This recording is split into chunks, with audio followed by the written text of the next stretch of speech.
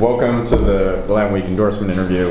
I don't know. I don't think all of you have done this before. Maybe you have. But basically, it's not really a debate. We don't guarantee equal time. Basically, we just are trying to get to meet you all and figure out who we want to endorse. So anyway, the way we like to start these off is basically kind of give us a couple minute spiel about who you are, why you're running, what you want to do, and maybe you just kind of at the beginning give us a little taste of House District 46, what it looks like. So do you want to begin? Yeah, sure. So my name's Austin Daniel. I am a political moderate. I was actually a Democrat for about 19 years, and I left the Democratic Party, not because of I don't want to vilify them because they are my community, but things have gone way too far left over the last 4 years, and I did that. I pandered to it for many years. I voted on policies that completely backfired on us, like drug decriminalization, police defunding, all the handouts that we've given to the homelessness that has only perpetuated and promulgated the issue. And so I started returning back to this more pragmatic stance of caring more about outcomes than intentions, and caring more about voting on people for their policies than what party they're in. And so I first re-registered as a non-affiliated voter in NAV, a nonpartisan, but then I was more recently nominated and endorsed by the Libertarian Party, and I actually love their ethos. It's extremely moderate, very centrist. It's this ethos of live and let live, be whoever you want to be, do whatever you want to do, as long as you're not hurting anybody, yourself or children, or violating anyone's rights, then you are free to do whatever you want. We just want minimal government interference in our lives. And I think that most voters, when they hear that ethos, they identify with that. And it's nice knowing that the majority of the Democrats that I've spoken to in our House district since last December, they feel a little bit jaded by the far left and the unintended consequences of those policies.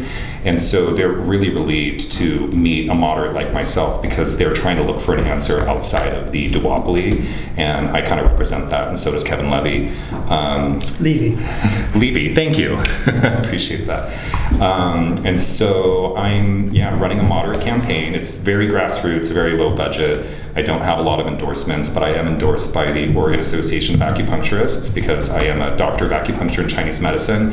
But just to be clear that I'm not licensed yet. I'm still in the licensure process, and I'll get back on that after the campaign. But I'm a hippie. I'm a Portlander. I've been in Oregon all my life. I've been in Portland for almost 20 years now, and I've seen a decline over these last 4 years, and it's pushed me to running for office, which is something that was never, ever on one of my bingo cards. But I am a critical thinker, I am pragmatic, and I think that I offer something that a lot of voters are looking for.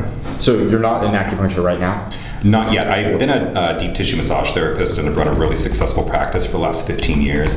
And I can actually practice all aspects of Chinese medicine right now except for needling. And so all the other aspects are covered under my master's, my doctorate, and my license for massage. And have you, give us a sense of what your civic involvement has been over your life. Have you been on any boards? Have you held any elected positions? I have no prior government experience. I am not a political science major, but I think it should be important to point out that those details, that criteria, did not stop those who are currently in office from pushing us too far to the left and causing people like me to run for office. So. Thank you. Yeah. Okay, Willie. Yeah, absolutely. So in terms of the district that we're all running to represent is District 46 in Southeast Portland. It goes from Mount Tabor and Montevilla down through Lentz, the Jade District, Foster Powell, Brentwood, Darlington. And so I was born in Ashland, Oregon. I'm the dad of two very young kids, a 1-year-old and a 3-year-old. And professionally, my background is as a public school teacher. I taught middle school math, and then more recently, for the past 5 years or so, as a public defender. And in both of those systems, I was trying to help either my students or my clients get the best outcomes possible, but navigating what to me are very, very broken systems, both our public education system and our criminal legal system. And so when the opportunity came up and the seat was becoming available, the idea that I could really not just tell clients, hey, look, I know the system is stacked against you, let's do the best we can, but actually try to make systemic change was really appealing. That's what drove me to run. I agree that there's a lot of things not going well in the community. I've knocked thousands and thousands of doors this year, throughout our district. And what I hear over and over again, homelessness, addiction, mental illness, affordability, a lot of the issues that I was dealing with close up as a public defender. So I've been representing clients in downtown Portland. I've been trying to get people into treatment and seeing where it's difficult and where the wait lists are months long, and have clients sitting in jail, which is more expensive than treatment because we don't have treatment beds available, dealing with the effects of our housing shortages and our homelessness. And so seeing where that's broken, seeing the opportunity to fix that at a systemic level is really appealing.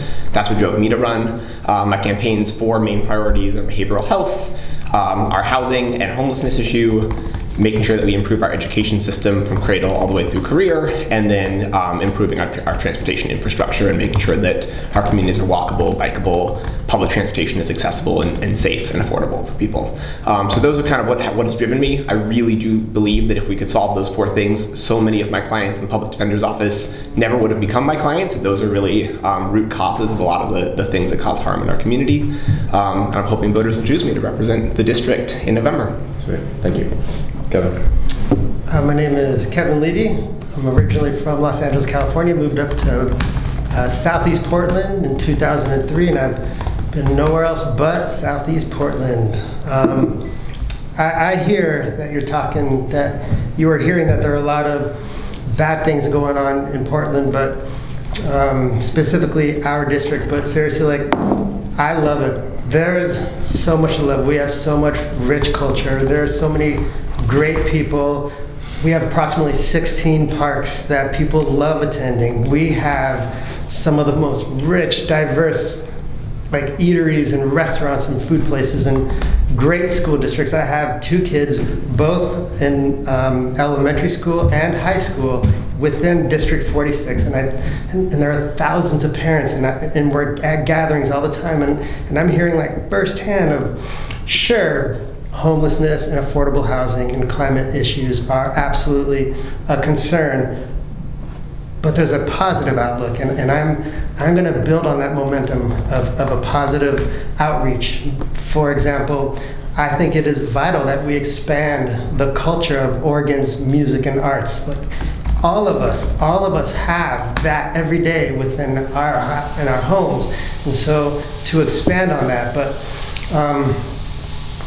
And yes, a climate warrior. We know Con Pham, our current representative, is leaving to move into the Senate. She is one of the top 3 climate, a justice warrior as far as going hard as she can as far as getting climate justice. And my background is I was an educator of science and technology at NASA. The pinnacle of scientific achievement. They brought me in, they trusted in me to be the face of NASA and to educate. And I've spoken with the scientists, and I know what we are facing, the wildfires and the droughts and the smoke blankets and the ice blankets we had last year, and the heat domes that killed off in the billions of species. We need to act in haste to get that in line. We need to use innovation and technology that we have, that we need a legislator who can present bills, pass those bills, and then have Oregon be a role model for other states to follow for climate justice. I have great affordable housing issues. My current job is I'm a real estate professional for 19 years, and I speak with home builders and people who are looking for affordable housing all day long, and I see the puzzle pieces that fit, and I recognize what we can do to create mass affordable housing while creating a huge economy, while also expanding our mom and pop shops. And another thing I want to focus on is building out our economy by I have legislation that I want to present on my first day called the Mom and Pop Shop Bill that will expand the job creation in so many ways. I can go into detail for that. That's another 20-minute conversation. But preventative health care, we should focus, on so we don't have to go to the hospital and spend those bills. Preventative healthcare is where it's at, and that is my passion as well. I love the people in Southeast Portland. All the neighborhoods you were talking about, like, we are a great community, so many great locations, and I'm excited to make this a great run. And so you're a real estate agent in Portland right now? That is correct. Cool. And do you have any, we always like to ask this question, do you have like any civic experience in your background? Have you run for office before or done any boards? Sure. So I've been a board member, though it's not specifically for like governmental experience, but I've served the community. I've been a board member for Portland's Ultimate Frisbee Federation and sports throughout Portland. I've been a youth coach. I've been the creator of the Living a Healthy Lifestyle website, which is a free public site where anyone can go to learn public health. Again, working at NASA as science and technology public educator, and yeah, and I will say this: I did tinkle with the idea to run for governor 2022. I started that process, but I recognized that it was just too big of a worm for this fish to swallow, and I felt that I needed to start small. All my ideas are statewide ideas, and yes, the governor would have been a great option, but as a state legislator, I feel that my ideas can still affect at a state level, whereas like a Portland City Commissioner is too localized for the ideas that I want to present and put into action. So I'm going to ask each of you to do a hard thing, and that is pick one issue that you think is the most important, and what is the bill you would like to see passed, a specific policy proposal you would like to push forward first. So, awesome. Is it fair that I combine in a gamut crime, homelessness, addiction, and mental health? If you got one policy proposal to fix all of them, great, go for it. It's a combination, but here, I guess I'll focus on homelessness, for instance, because the strategies, the comprehensive strategies that have already worked in Gresham and Clackamas County are things that I want to implement here. And so there's a gentleman, he's going to remain nameless. He was the hero of Gresham. Gresham used to have the highest homelessness population per capita along the entire West Coast. And he single-handedly, in less than 2 years, rehabilitated more than 99% of the homeless population. And he did so very well. And there's a database that they use where they are able to buy things for people once they've created a profile for each individual homeless person. And once you win their trust and learn what their specific needs are, because they're all individual people, they all have different needs, then you can sort of appropriately triage what they need, and you can connect them with the social services that help propel them into their next stage of independence. And the same strategies that he did were So are you talking about Kevin Dahlgren? Yes. Okay. I didn't want to a lot of people bring him up. I just want to make sure. Yeah, well, he's an incredible human being. He's a huge fan of mine. And so he did consulting for Clackamas County Commissioner Ben West. And Clackamas County has succeeded in doing precisely what he did. They hired 8 people to do exactly what Kevin did. And they have already rehabilitated more than 75% of their homeless population in less than a year. And they're on track to get the remaining. What do you mean by rehabilitate? Rehabilitate, connecting them with everything that they need so that they're no longer homeless, or they're at least in shelters, because it just depends. So what we've discovered is that about 30% of those who are homeless are fully capable of, taking the handouts so that they can be propelled into their next stage of independence, because they still have their mental faculties, they're not drug addicts. They're responsible individuals that can maintain a regular job.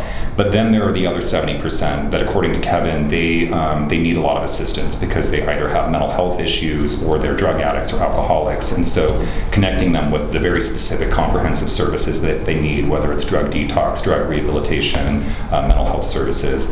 And their database is able to keep track of those individuals. So while some people claim that Portland has been a catch-all for Gresham and Clackamas County, that's actually not true, because they are tracking those individuals.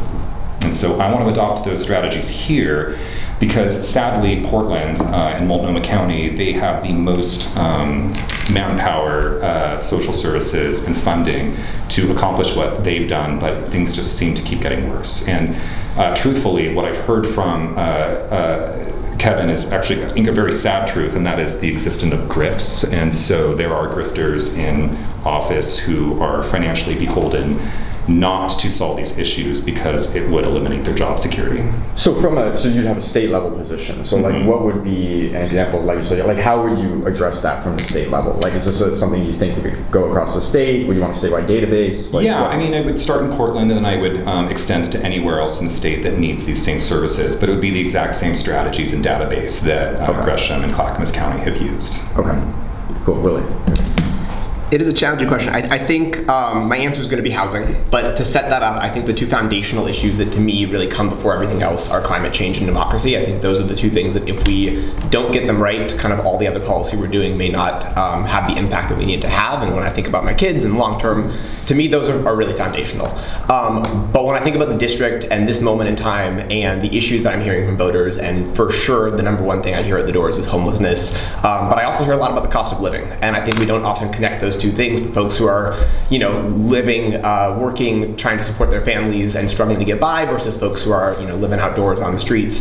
To me, the thing that ties those together is housing. We need more of it. And the solution, I think is complicated. And there's been a lot of smart people working on this for a while, and a big policy that was passed in the past year that we haven't really fully seen the effects of yet. But I want to make sure the state is involved in building more housing. I also want to make sure that we're kind of enabling the free market to support as much housing as possible. So that means reducing, I think, some of the costs and barriers to getting new projects off the ground, making sure that we're supporting density in our communities, gentle density, a variety of ways for people to live, but that there's really options.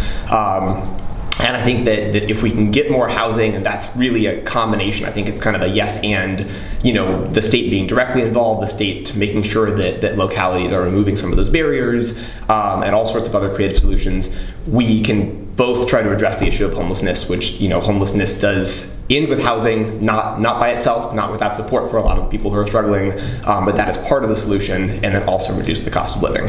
I also want to come into the space and be humble, right? That whichever one of us earns the trust of voters to represent the district is coming in as a freshman legislator with no official government experience. And so housing is not the issue that I plan to take on as my main issue. I think there's a difference between what is the priority for Oregon and then where can I be most helpful. So the issues I think I can be most helpful on is improving our courts and supporting early childhood education and childcare. And I'm happy to talk more about those things, but I just wanted to kind of flag the difference between, I think, what should be a top priority for the state in this moment versus where I feel like I can actually bring a value add and add something new to the conversation and be a leader kind of from day one, which is I think different, Sure. acknowledging the scope of the legislature. Sure. So how are you going to fix the courts? Yeah, so I think we need more efficiency. We certainly have a public defense crisis, and that's part of it. But there's a ton of waste and inefficiency. So I was supervising our misdemeanor unit, at times supervising 17 attorneys all in the first year of their practice. And more than 60% of the cases that we're getting to the day before trial, and at that point, that attorney has stayed up half the night prepping, has spent their weekend prepping, has put other cases to the side, we're getting dismissed the day before trial or the day of trial. And so, that's a multifaceted thing. I'm happy to go into it. One example of a solution is that I know that there's going to be a discovery statute proposed this year. Many states have timelines, really specific concrete timelines. When you file a case, here's when the other side needs to have the right documentation, police reports and other types of discovery. We don't have that. We have an as soon as practicable law in Oregon that doesn't have any teeth and isn't really followed and doesn't really have any remedy meaningfully if it's not followed. So things like that, where I've seen somebody get to the day of trial, the police are there, they're taken off the streets because they're sitting in the courtroom hallway, the victim is there sitting in the courtroom hallway, the judge's time is taking up, the defense lawyer, the prosecutor, we start getting started and then we say, oh, we only have half the police reports, and we're restarting that. And that's the kind of waste and inefficiency. I've got lots more ideas that I think could increase access to justice, but in terms of the kind of things that should be able to be bipartisan, aren't, defense lawyer versus a prosecutor or a Democrat versus a Republican issue, but just how do we save taxpayer money? I think there's a lot of opportunity for efficiency in the court system. Do you know how many defense attorneys are currently in the state legislature? So Jason Krupp had defense experience and then went from that role to becoming a prosecutor, and he's the only one with any defense experience in the legislature. There are a number of folks who've been prosecutors. I think that Representative Krupp would identify, the variety of experience he has, but mostly as a prosecutor. That's the career he's held much longer and more recently. And so I do think it's important to have that defense lawyer voice. Okay. Kevin, the question of your number one priority and what do you do about it? Great. Good job. I remember having a conversation with Representative Mark Gamba, and he was saying something to the nature of, Kevin, only about 20% of people in Portland are concerned about the climate, but it affects 100% of us. As I was mentioning earlier, we are losing Con Pham from the House of Representatives. She is moving to the Senate, as we know, but she was like one of the top 3 voices for climate justice, and we're losing her. And we need someone in our state legislative office who's going to be a warrior, who's going to be relentless and passionate on bringing ideas to the people and presenting them with authority. Like, as I was mentioning, I have a background working at NASA. And I've spoken to the scientists. I remember hearing them talk. This is in early 2000 when they were telling me, Kevin, like I am seeing firsthand satellite information of our climate is shifting and it's changing and it's not going to be good. And it's gonna cause death and destruction. And there was no political agenda. He's just seeing the data and sharing it with me. And sure enough, 20 years later, as I was mentioning, we're seeing ocean acidification and droughts across our state and wildfires that are bringing smoke blankets and covering huge cities where respiratory diseases are on the rise. And we're seeing historic events that we've never seen, and I'm hearing when I'm talking to these scientists that if we think 20 years back then, which we are right now, is bad, 20 years later, it is going to be so disruptive. And so what we need to do is we need to recognize that we have the power to create meaningful change. We need to harness innovation and technology. For example, we could take satellite imagery and we could look for methane gas leaks, and we can use that and then go right to the source and start taking care of that. We could use satellite imagery to detect farmlands if they're overwatering or they're underwatering,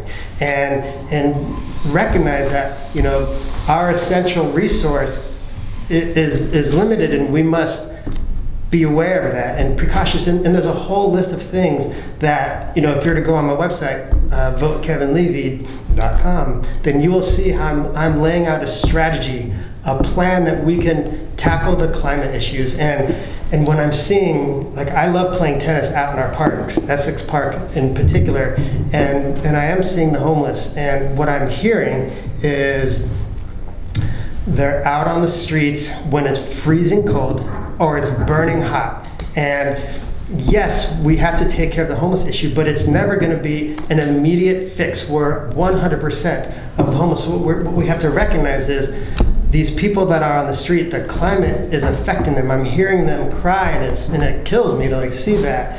And so if the climate is also a great economic boost. Like, what I want to do is I want to incentivize the manufacturers who create, specifically green energy things, such as the components that make solar panels, or the components that make wind or battery storage, which is the storage for the future. We got to recognize battery storage, how important it is. We need to focus on clean, green technology for cement, fertilizers, and plastics. Those are huge emitters that are destroying our atmosphere, that is killing us. Like, we need a climate champion that is going to go and submit legislation, and again, have Oregon be the role model where other states can look at what we have done and start passing laws. And I expect to be a champion in that. Sure. Could I ask each of you to give a letter grade to the governor? I don't want to give it a no. No? I don't like her. How So about give her a grade. A C. That's passing. Yeah. I don't guess like so. It's a low C minus. Yeah, well, Do I need to? Do I mean, my feedback, if I were to avoid the letter grade system, would be that there's a lot of, I'm hoping to work with her, you right? still work in education? I did. I was at a school that gave letter grades, but there are schools out there that just give narratives. I think there's a lot of issues. I think that a lot of Oregonians don't feel meaningfully that things have gotten better or fast enough in the past couple years. I also think she's trying hard and working hard, and my hope, if I'm lucky enough to represent our district, is to work closely with her. So I think it's challenging without being in the room she's in, without knowing the decision she's making, to give one. If you're going to force me to give an answer, I will, but that's my Well, I'm just going to put attempt. you down for a B if you don't tell me. I mean, I think that we're looking at a B plus or an A minus. I think that there is a huge amount of work being done that's moving Oregon in the right direction, and all of the attempts there may have been as good as they could possibly be. And I also think it's worthwhile to acknowledge, and I'm sure that Governor Kotek would also acknowledge, that there's still a lot of people struggling and hurting, and that's not all in her control. But we also need to expect an urgency with fixing all these problems. Kevin. Asking to give a letter grade would be asking like me to give a letter grade to my son. He has different grades in different subjects. It's not just one grade. And so for me to just give one, it'd be kind of like saying, oh, that means she's a B. Okay, how do you this- grade her on climate? Sure. C minus D.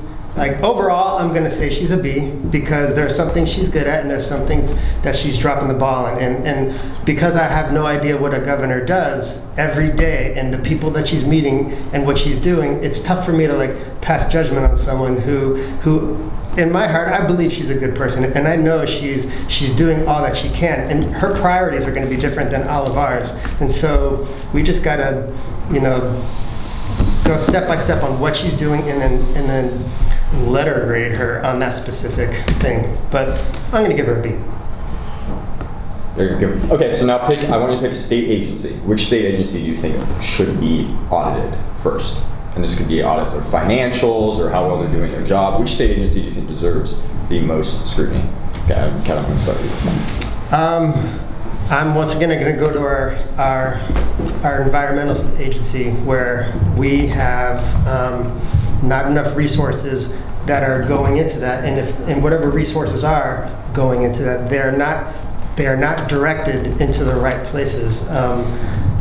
Mark Gamba, again, Representative Gamba, I know he is going after a certain area, but he's just mentioning that the resources and the time and the things that he needs to make his environmental goals happen it's not happening at a fast enough pace. Well, I'm kind of curious about, when you said environment, which agency are you talking about? Like, I'm assuming not the DEQ here. Like, so which agency do you think is most responsible for achieving those climate goals? I don't know the answer to that one. All I know is the people in our legislative office can do more to answer that question. I think that BOLI needs a lot more help. I don't think that's an audit. I don't think that's bad actors, but I think that that's an agency that needs a lot more support to be able to carry out its function.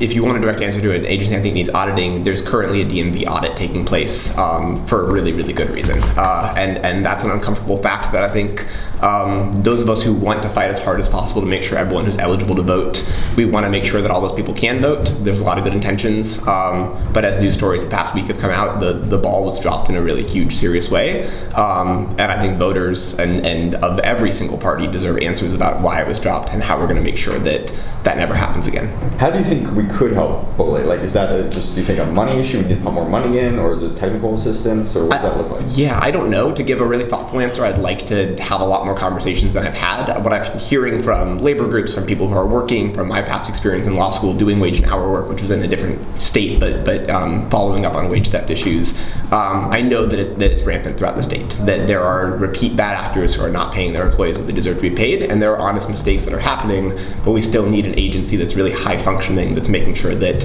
when somebody works, they get paid for what they did.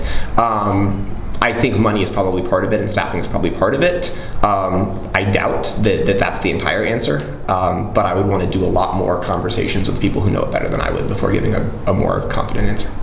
Austin, agency. I don't have the most confident answer either, but the majority of people I've spoken to are they're very unhappy that we are the second highest tax city in the nation, and it seems like our tax dollars are being misappropriated. So whatever organizations we need to audit to make sure that we are appropriating tax dollars correctly and that we're not having enormous pools of money that are just sitting untapped while also simultaneously raising taxes on the middle class and the poor, that's something that needs to be dealt with, and I want to focus on that.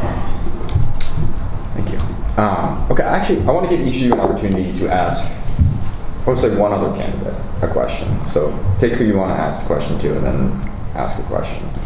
Austin, I'm sorry.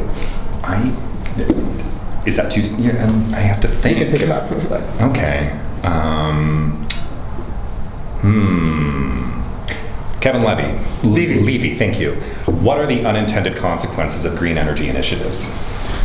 What are the unintended consequences? I'm Elaborate. very nuanced on this. Elaborate. So are you aware that green energy initiatives like solar panels, it's a planned obsolescence business model that's actually incredibly toxic and has, if you actually look into the statements made by the Bureau of Land and Labor Statistics, they say that it's virtually impossible to eliminate child labor, Uyghur Muslim slave labor, and the decimation of African ecosystems when it comes to the mineral extraction and production of from cobalt mines and for the EV batteries and for solar panels.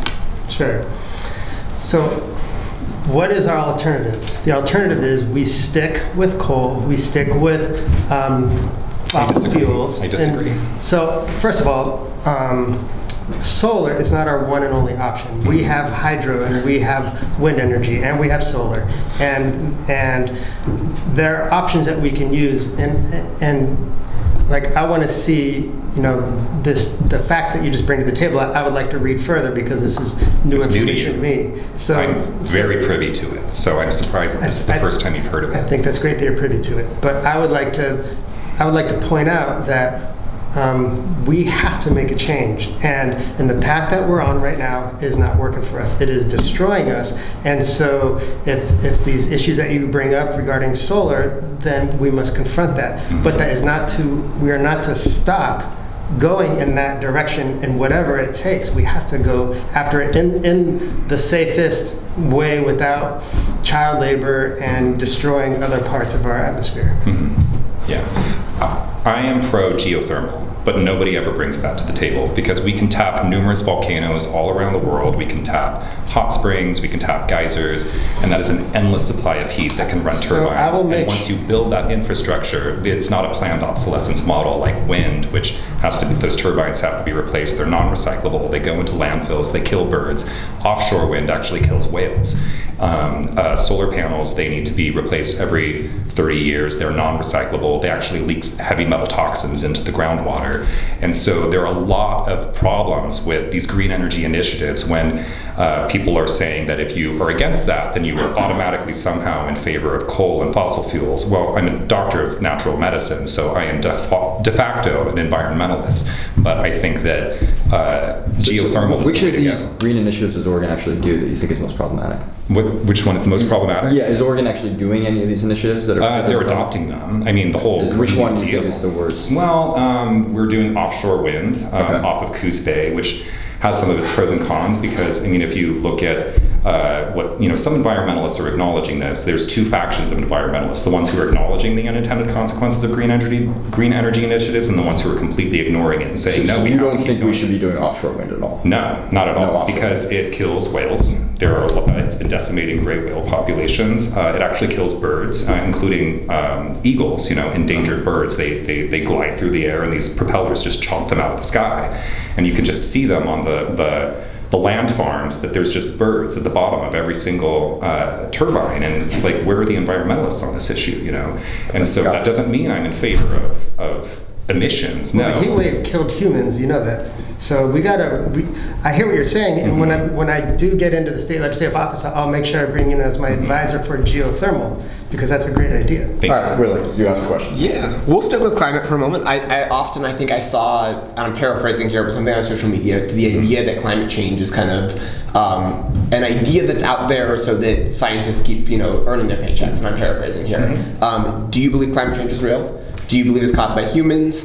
And what would you plan to do to address the issue of climate change? Yes, and yes, but it's not what the narrative is telling us, because if you actually look at data from scientists that go back thousands to even millions of years, you see the climate is actually cyclical. We have a cyclical nature of heating and cooling. We have glacial and interglacial periods, and right now we are in an interglacial period, which means a period of warming.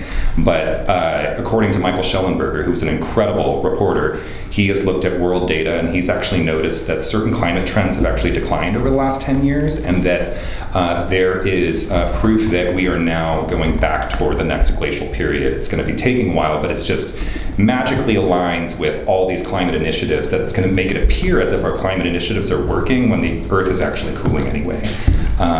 Do I think that fossil fuels have to do with climate change? Well, if you look at past data, you will see that there is a relationship where when there's an increase in CO2, that it's actually more associated with glacial periods, because there's not as many plants to fill the atmosphere with oxygen. And so it's the correlation. They're not correlated at all, except for right now, and it's been very misleading. But the climate propaganda is trying to convince people that this is all anthropogenic, that it's all our fault, and that if we don't stop what we're doing, we're all going to die. And I think that that is what is giving value to what is called carbon. Oh shoot, what is it called?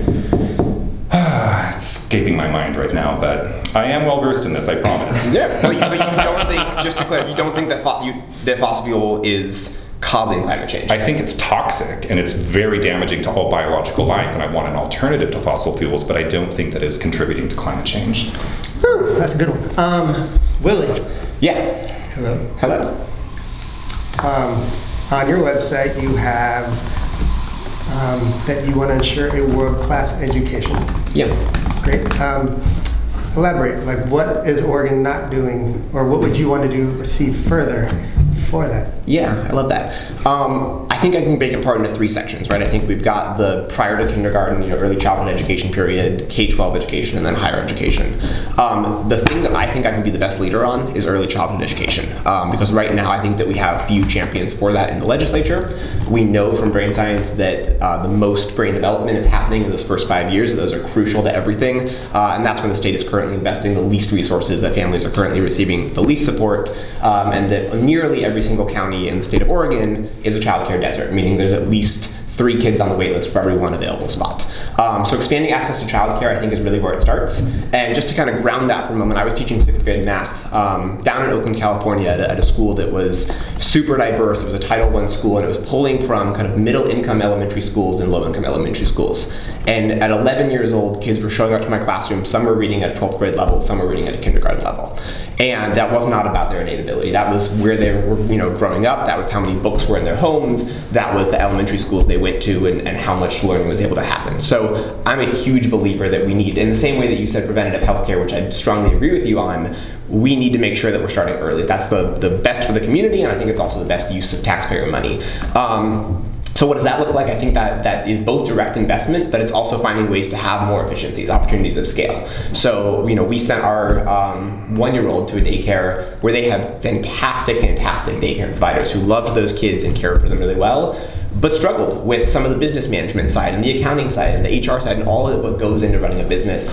And if the state could be not just directly paying for daycare, but providing some of those services for those who wanted to opt in, I think we could have economies of scale while still giving the important decisions up to the daycare provider. So that's one example of what I think could help with childcare. K-12 education is challenging. I think there needs to be more investment, and I do think that Measure 5 and Measure 50 and our current tax system has made it hard for schools to keep up with growing demands. But it's not just about throwing more money at the problem. And a lot of it is about making sure that money actually gets into the classrooms where it needs to go, that it's actually directly affecting students, and that it's actually getting getting down to the classroom level. So my wife works for Portland Public Schools. She was a teacher for a long time, but now she works with the district. And I think that from her experiences going into all sorts of different classrooms, she sees principals make an unbelievable difference in the culture of a school, and it's starting with making sure that principals have all the training and support they need, and that schools are actually funded.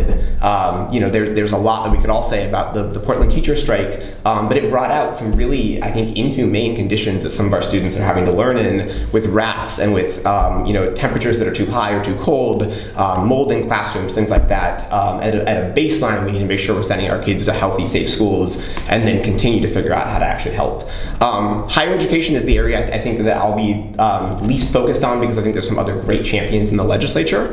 But over the past 2 decades, we've seen that more and more of the cost of higher education has shifted to families rather than to government. And I do think that we see other countries thriving when they support students to go to school, that countries like Denmark actually pay students to go to higher education. And we're seeing that so much of our generation is in debt because they're having to make hard trade-offs about whether or not to pursue higher education in a moment where the jobs that are available are increasingly technical and increasingly, I think, require those higher education degrees. So that's part of my answer there, and I'm happy to elaborate on any of those. That's all right. Yeah, thank you. Nigel, you got any questions? I had one quick question, because we just were debating this yesterday. There's a measure on the ballot, a statewide measure that would create, it's a constitutional amendment. The legislature would appoint a salary commission that would set salaries for the legislature, statewide office holders, and judges. And if you're familiar with it, I'm curious how you would vote. I haven't even heard about it yet. Can you elaborate on it? Well, so the perceived problem, according to proponents, is that the low pay, particularly in the legislature, but to a lesser degree for statewide officials and for judges, creates unfairness, so that people who are not either retired or independently wealthy or married to somebody who has a strong income basically are excluded from certainly the legislature and to a lesser extent the other jobs. So the idea is that the legislature will never raise its own salaries because of the optics, so they appoint a commission of people who are allegedly independent, and those people will look around at other states and say, what are best practices? Do we need to increase or decrease pay, and how would we do it, and how would we ensure that this problem is fixed, not just fixed once?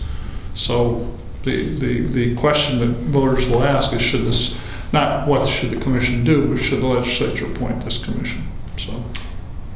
Are you saying that the legislature will be given a raise? Because I think currently we're being paid between like $35,000 and $36,000, which is kind of pennies for how much work that we're going to be doing. But I'm not getting into so this. So there's no outcome. There's no outcome guaranteed, but it's a little bit would be, I think, naive to assume that we're going to appoint a legislature, a salary commission that would do anything other than raise salaries. So, I mean, if I were doing this for the money, then I would have I would have run for city council, because they're getting $145,000 a year. But so the question is, how would, now that I've given you a admittedly short, brief description, how would you vote on that measure?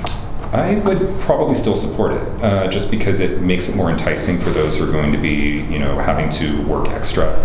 As a doctor of acupuncture and Chinese medicine, there's probably going to be a lot of opportunity cost where I'm not actually having a raise being a legislator. I'm actually having to treat less patients so that I could make up for being a legislator. And so it would be nice to be compensated fairly. Willie, how would you vote on this? I'm a strong supporter of this measure. Yes, I would definitely support it. The other measure I want to ask you all about is Measure 118, which would implement a 3% gross receipts tax on corporations that have more than $25 million in Oregon sales.